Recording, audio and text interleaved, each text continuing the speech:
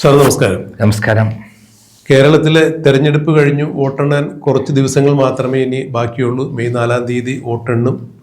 അന്ന് ഒരു 11 മണിയോടുകൂടി കേരളം ആര് ഭരിക്കും എന്നുള്ളത് അറിയാൻ സാധിക്കും എന്നൊക്കെയാണ് പറയുന്നത്. ഇതിനിടയിൽ തന്നെ UDF അനുകൂലമായൊരു വിധിയെഴുത്തുണ്ടായിട്ടുണ്ട് എന്നുള്ളതിൻ്റെ അടിസ്ഥാനത്തിൽ കോൺഗ്രസിനകത്ത് മുഖ്യമന്ത്രി ചർച്ചകൾ നടക്കുന്നു. ആരായിരിക്കണം മുഖ്യമന്ത്രി എന്നുള്ള ഒരു വടംവലി നടക്കുന്നു എന്നൊക്കെയാണ് പുറത്തു വരുന്ന വാർത്തകൾ നിന്ന് മനസ്സിലാക്കാൻ സാധിക്കുന്നത്. UDF ഒരു ടീമായി നയിച്ചുകൊണ്ട് കോൺഗ്രസിനെ അധികാരത്തിൽ കൊണ്ടുവരാൻ വേണ്ടി അക്ഷീണം പ്രയത്നിച്ച VD സതീശൻ തന്നെ ആയിരിക്കണം മുഖ്യമന്ത്രി എന്ന് കോൺഗ്രസിൻ്റെ ബഹുഭൂരിപക്ഷം ആളുകൾ അവരുടെ അഭിപ്രായങ്ങളായി സാമൂഹ്യ മാധ്യമങ്ങൾ അടക്കമുള്ള വാർത്തകളിൽ വരുന്ന കമൻറ്റ് ബോക്സുകളിൽ അഭിപ്രായം രേഖപ്പെടുത്തുന്നു. ഇതിനിടയ്ക്ക് കെ സുധാകരൻ ഒരു കാരണവശാലും VD സതീശൻ മുഖ്യമന്ത്രി ആവരുത്, KC വേണുഗോപാൽ മുഖ്യമന്ത്രി ആകണം എന്ന് പറയുന്നു. അതിനു മുമ്പ് രമേശ് ചെന്നിത്തല ആകണം എന്നൊക്കെ പറയുന്നു. ഈ വിവാദം കത്തി നിൽക്കുമ്പോൾ തന്നെയാണ് ഇന്നലെ മറ്റൊരു വാർത്ത കണ്ടത്. KC വേണുഗോപാൽ തൻ്റെ പക്ഷത്തുള്ള ഒരു പറ്റം MP-മാരെ കൂടുതൽ MP-മാരെ ഹൈക്കമാൻഡിൻ്റെ മുന്നിലെത്തിക്കും, പണ്ട് കർണാടകയിലുണ്ടായതുപോലെ. അപ്പോൾ ആർക്കാണ് കൂടുതൽ അംഗബലം, ആരെയാണ് കൂടുതൽ സാമാജികർ, നിയമസഭാ സാമാജികരും പാർലമെന്റേറിയന്മാരുമെല്ലാം അംഗീകരിക്കുന്നത്, ആരുടെ പിന്തുണയാണ് KC വേണുഗോപാലിന് കൂടുതലുള്ളത് എന്ന് കാണിച്ചുകൊണ്ട് KC വേണുഗോപാൽ കേരളത്തിൽ നിയമസഭയിൽ മത്സരിക്കാത്ത വേണുഗോപാൽ മുഖ്യമന്ത്രിയാവാൻ വേണ്ടി വീണ്ടും കരുക്കൾ നീക്കുന്നു എന്നുള്ള വാർത്തയാണ് പുറത്തു വരുന്നത്.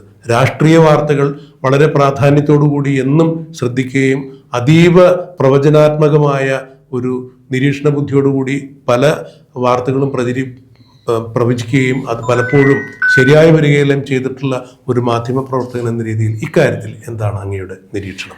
അതായത് കേരളത്തിൽ കഴിഞ്ഞ 2021 അധികാരമേൽക്കുമ്പോൾ, പിണറായി വിജയൻ അധികാരമേൽക്കുമ്പോൾ കേരളത്തിലെ പ്രതിപക്ഷം വളരെ ദുർബലമായിരുന്നു. 2016 കാലഘട്ടത്തിൽ 2016 അധികാരം എത്തിയ പിണറായി വിജയൻ ചെയ്തത് ഉമ്മൻചാണ്ടിയെ സരിതാ നായരുടെ ഒരു ഇല്ലാത്ത കള്ളപ്പരാതി ഉണ്ടാക്കി വലിയ തോതിൽ പ്രചരണം ഉണ്ടാക്കി അധികാരം പിടിച്ചെടുക്കുകയായിരുന്നു. അതായത് ഉമ്മൻചാണ്ടി എന്ന് പറയുന്ന മഹാനായ നീതിമാനായ മനുഷ്യനെ ലൈംഗിക വൈകൃത കേസിൽ ഉൾപ്പെടുത്തി ഉണ്ടാക്കി, അത് പിന്നെ പോലീസ് അന്വേഷിച്ചു, ക്രൈംബ്രാഞ്ച് അന്വേഷിച്ചു, CBI അന്വേഷിച്ചിട്ട് അതിലൊന്നും കിട്ടിയില്ല. പിന്നീട് അങ്ങനെ അട്ടിമറിച്ചിട്ടാണ് 2016 അദ്ദേഹം അധികാരത്തിലെത്തി. 2021 ഈ കോവിഡ് കാലമായിരുന്നു. 5 വർഷക്കാലം പ്രതിപക്ഷ നേതാവ് രമേശ് ചെന്നിത്തലയ്ക്ക് നിയമസഭയിൽ തിളങ്ങിയെങ്കിലും അദ്ദേഹം ജനങ്ങൾ അതൊക്കെ അംഗീകരിച്ചോളും എന്നുള്ള ഒരു മൗഢ്യത്തിന്റെ അടിസ്ഥാനത്തിൽ ജനങ്ങളിലേക്ക് ഇറങ്ങി പ്രവർത്തിക്കാനും കഴിഞ്ഞില്ല. അപ്പം അതേസമയത്ത് 2021 ഭരണത്തിൽ വരുന്ന സമയത്ത് കേരളത്തിലെ പ്രതിപക്ഷം ദുർബലമായിരുന്നു.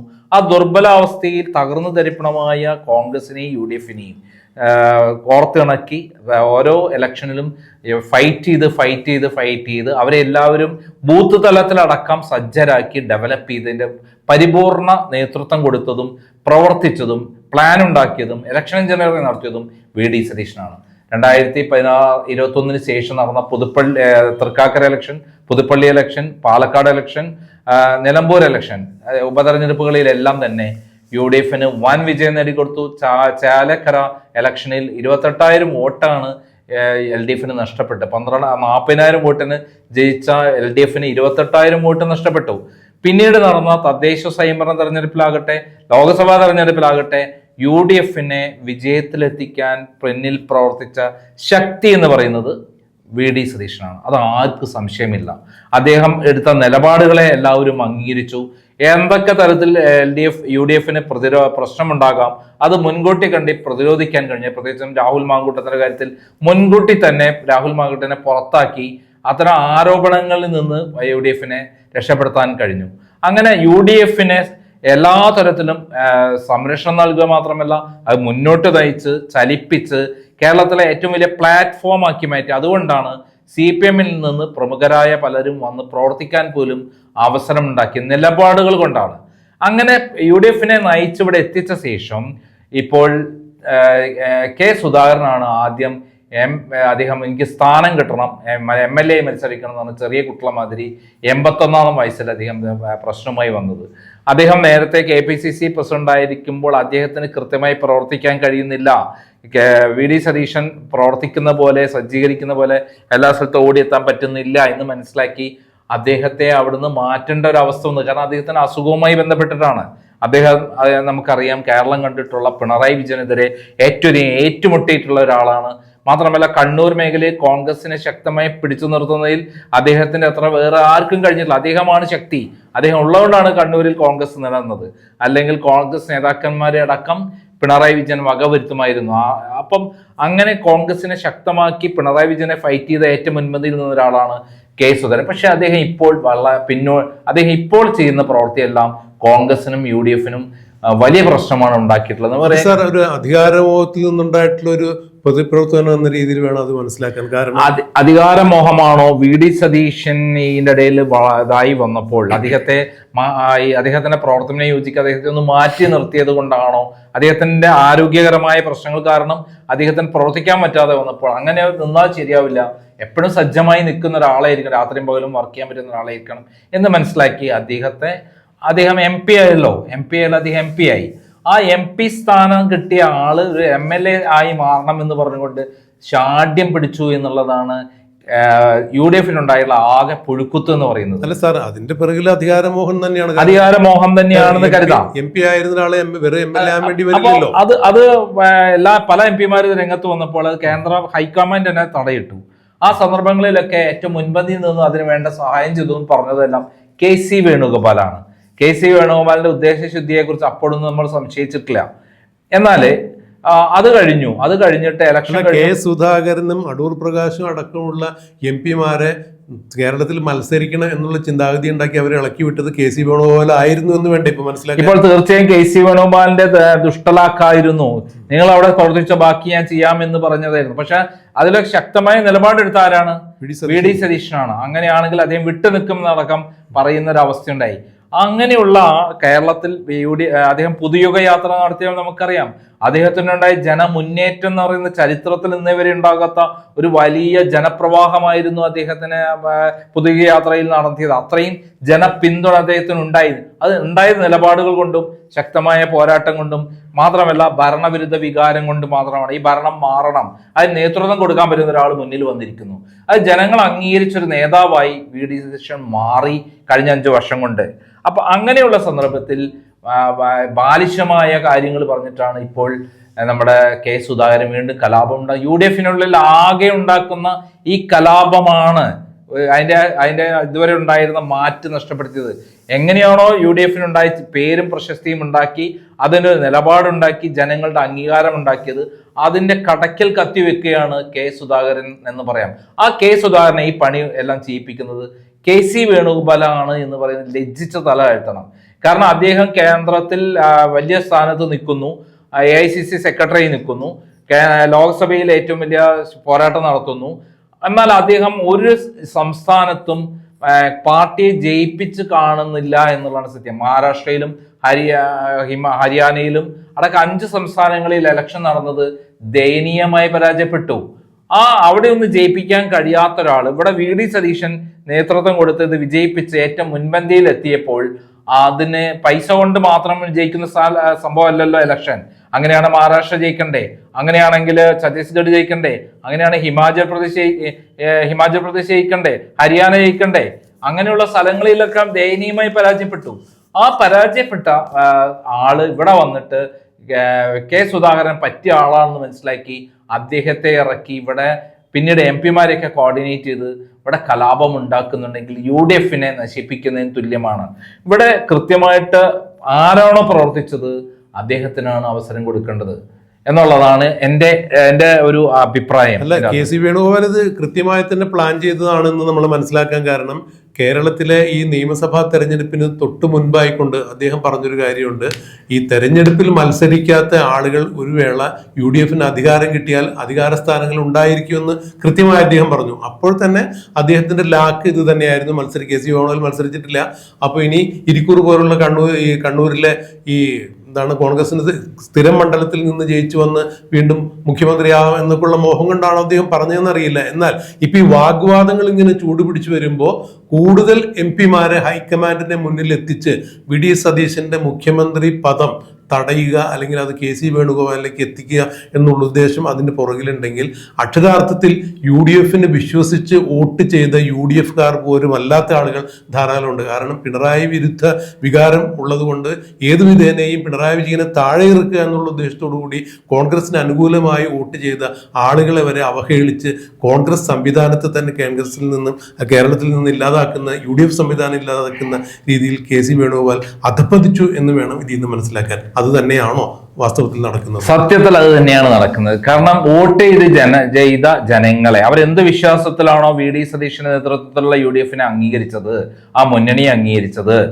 ആ മുന്നണി കൊണ്ടുവന്ന് ഇത്രയും ശക്തമായി വോട്ട് ചെയ്ത ശേഷം അവരെ കൊഞ്ഞനം കൊത്തുന്ന പരിപാടിയാണ് ഇപ്പോൾ കെ സി വേണുഗോപാൽ ചെയ്യുന്നത് എന്ന് പറയാൻ പറ്റും. അതിന് ഒരു തത്വവുമില്ലാതെ ഇതുവരെ കോൺഗ്രസ് പ്രസ്ഥാനത്തിനും പിണറായി വിജയനെതിരെയും ശക്തമായ പോരാട്ടം നടത്തിയ വി ഡി സതീശനോട് എന്തോ മാനസികമായിട്ട് അകൽച്ചയുള്ള കെ സുധാകരനെ കൂട്ടുപിടിച്ച് അദ്ദേഹം നടത്തുന്ന പ്രവർത്തനം കേരളത്തിലെ യു ഡി എഫിനെ പൂർണ്ണമായി നശിപ്പിക്കുന്നതിന് തുല്യമാണ്. മാത്രമല്ല, പ്രതിപക്ഷത്തിന് പറയാൻ യോഗ്യത കിട്ടി. ഇവിടെ കലാപമാണ് യു ഡി എഫ് വന്നാൽ ഇതേപോലെ അട്ടിമറികളും അടിപിടിയും മാത്രമേ ഉള്ളൂ എന്ന് ഇലക്ഷൻ സമയത്ത് തന്നെ കെ സുധാകരനെ ഇറക്കിയിട്ട് അത്തരം കാര്യങ്ങൾ പറയുകയുണ്ടായി. ഞാൻ പല സ്ഥലത്തും പോയപ്പോഴും സുധാകരൻ നടത്തിയ ഈ പ്രശ്നം കാരണം എനിക്ക് MLA മത്സരിക്കണം എന്ന് പറയുന്ന അടിപിടി കൂടിയ ആ അന്തരീക്ഷത്തിൽ എല്ലാവരും പറഞ്ഞെന്താണ്, പലരും പറഞ്ഞത് അവിടെ കണ്ടില്ലേ കലാപമാണ്, ഇവിടെ പിണറായി വിജയന്റെ നേതൃത്വത്തിൽ ആ ഒരു പ്രശ്നം പോലുമില്ല. എന്നാൽ ഇവർ ഭരണത്തിൽ വന്നാൽ മുഖ്യമന്ത്രി പദത്തിന് വേണ്ടിയിട്ട് അടിപിടി കൂടിയാണ് എന്ന് വരുത്തിക്കുന്നതിൽ കെ സി വേണുഗോപാലും കെ സുധാകരനും വിജയിച്ചു. കാരണം എങ്ങനെയാണോ കഴിഞ്ഞ 5 വർഷം കൊണ്ട് ഒരു അഭിപ്രായ വ്യത്യാസവും ഇല്ലാതെ തകർന്നു തരിപ്പണമായി കിടക്കുന്ന കോൺഗ്രസിനെയും യു ഡി എഫിനെയും രണ്ടാമതും ഡെവലപ്പ് ചെയ്ത് ബൂത്ത് തലത്തിലടക്കം പ്രവർത്തനം സജ്ജമാക്കി ഭരണത്തിലെത്തിക്കാൻ വേണ്ടിയുള്ള സാഹചര്യം ഒരുക്കിയത്, അതിൻ്റെ കടയ്ക്കൽ കത്തിവെക്കുകയാണ് കെ സി വേണുഗോപാലും അതേപോലെ കെ സുധാകരനും ചെയ്തിട്ടുള്ളത്. അതിനു വേണ്ടിയിട്ട് ഏതറ്റം വരെയും വളഞ്ഞ മാർഗമാണ് കെ സി വേണുഗോപാൽ ചെയ്യുന്നത് എന്നുള്ളതാണ് സത്യം. സാർ, ഇതിൽ 3 അപകടമാണ് ഇപ്പം ഞാൻ കാണുന്നത്.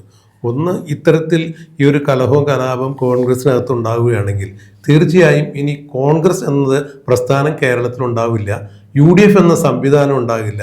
കെ സി വേണുഗോപാലിന് തൻ്റെ ജീവിതകാലത്ത് ഒരു കാരണവശാലും കേന്ദ്രത്തിൽ കോൺഗ്രസിന് അധികാരത്തിൽ വന്ന് മന്ത്രിയാവാൻ സാധിക്കില്ല എന്നുള്ളൊരു മോഹത്തിൻ്റെ അടിസ്ഥാനത്തിലാണ് കെ സുധാകരനും കെ സി വേണുഗോപാലും എല്ലാം ഇപ്പോൾ കേരളത്തിൽ മന്ത്രിയാവാൻ വേണ്ടി ശ്രമിക്കുന്നത്. ഫലത്തിൽ കെ സി വേണുഗോപാലിൻ്റെ മന്ത്രി സ്വപ്നം ഇതോടുകൂടി തീരും. അതുപോലെ കോൺഗ്രസ് കേരളത്തിൽ ഇല്ലാതാവും. കോൺഗ്രസിൻ്റെ പല നേതാക്കളും CPM-ലേക്കോ BJP-യിലേക്കോ ചേക്കേറും.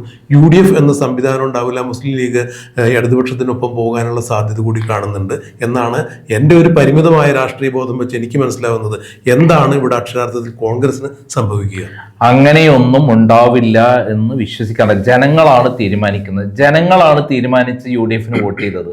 അത് കെ സി വേണുഗോപാലിനെ കണ്ടിട്ടുള്ള കേരളത്തിലെ യു ഡി എഫ് സംവിധാനത്തെയും വി ഡി സതീശന്റെ നേതൃത്വത്തെയും കണ്ടിട്ട് തന്നെയാണ് അങ്ങനെ ചെയ്തത്. കെ സി വേണുഗോപാൽ പറയുന്നത് ഞങ്ങൾ ഫണ്ട് എത്തിച്ചു കൊടുത്തിട്ട് എന്താ മഹാരാഷ്ട്രയിൽ കേസ് വിജയിക്കാഞ്ഞത്?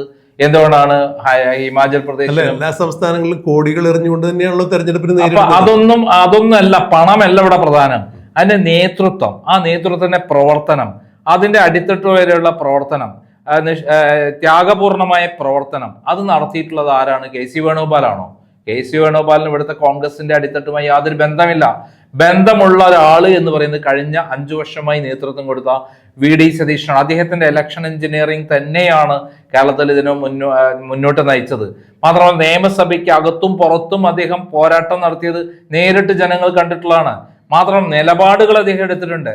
അത് തന്നെയാണ് കേരളത്തിൽ കോൺഗ്രസിലേക്ക് നിഷ്പക്ഷരായ ആളുകൾ എത്തിപ്പെടാൻ കാരണം. നിഷ്പക്ഷരും സാംസ്കാരിക രംഗത്തുള്ള ഒരു സാഹിത്യ രംഗത്തുള്ള ആൾക്കാരടക്കം എന്തിന് സച്ചിദാനന്ദനടക്കം ഈ ഭരണം മാറണം എന്ന് പറയുന്ന ഒരു അവസ്ഥയിലേക്ക് പറയാൻ അവസരം എത്തിച്ചതാരാണ്? വി ഡി സതീശന്റെ നേതൃത്വത്തിലുള്ള ആശയപരമായിട്ടുള്ള നിലപാടുള്ള ഒരു നേതാവിന്റെ നേതൃത്വത്തിൽ മുന്നണി മുന്നോട്ട് പോയത് കൊണ്ട് മാത്രമാണ്. ആ അവസരത്തിൽ അവസാനം എല്ലാം കഴിഞ്ഞു.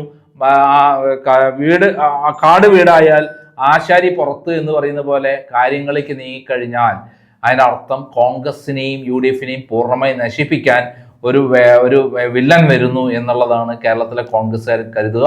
സാധാരണ കോൺഗ്രസ്സുകാരുടെ വികാരമാണ് കെ സുധാകരന്റെ ഫേസ്ബുക്ക് പോസ്റ്റിൽ 10,000 ചെന്ന് പൊങ്കാലിട്ടത്. നമുക്കറിയാം, പുതിയ യാത്ര വന്നപ്പോൾ 10,000 ഒഴുകിയെത്തിയത് വി ഡി സതീശനെ കാണാൻ വേണ്ടിയിട്ട്. അദ്ദേഹം ഒരു ക്രൗഡ് പുള്ളർ നേതാവ് ഇല്ലായിരുന്നു കേരളത്തിൽ, ഇപ്പോൾ ഒരു ക്രൗഡ് പുള്ളർ നേതാവ് വന്നിരിക്കുന്നു. കെ കരുണാകരനെ പോലെ തന്നെയുള്ള ശക്തമായ രൂപത്തിൽ ജനങ്ങളെ സംഘടിപ്പിക്കാനും ജനങ്ങളുടെ കൂടെ നിർത്താനും ജനങ്ങൾ പിന്നിലുണ്ടെന്ന് ഉറപ്പുവരുത്താനും കഴിവുള്ള ഒരു നേതാവായി വി ഡി സതീശൻ മാറിയത്. അതിന് കെ സി വേണുഗോപാൽ പോരാ, മാത്രമല്ല അദ്ദേഹം ഇവിടുത്തെ കോൺഗ്രസിനെ നശിപ്പിക്കാൻ വന്ന ഒരു കാലനായിട്ട് മാത്രമേ കാണാൻ പറ്റുള്ളൂ എന്നുള്ളതാണ് സത്യം. എന്തായാലും കാലം വിധിയെഴുതട്ടെ, കാത്തിരിക്കാം, കണ്ടറിയാം.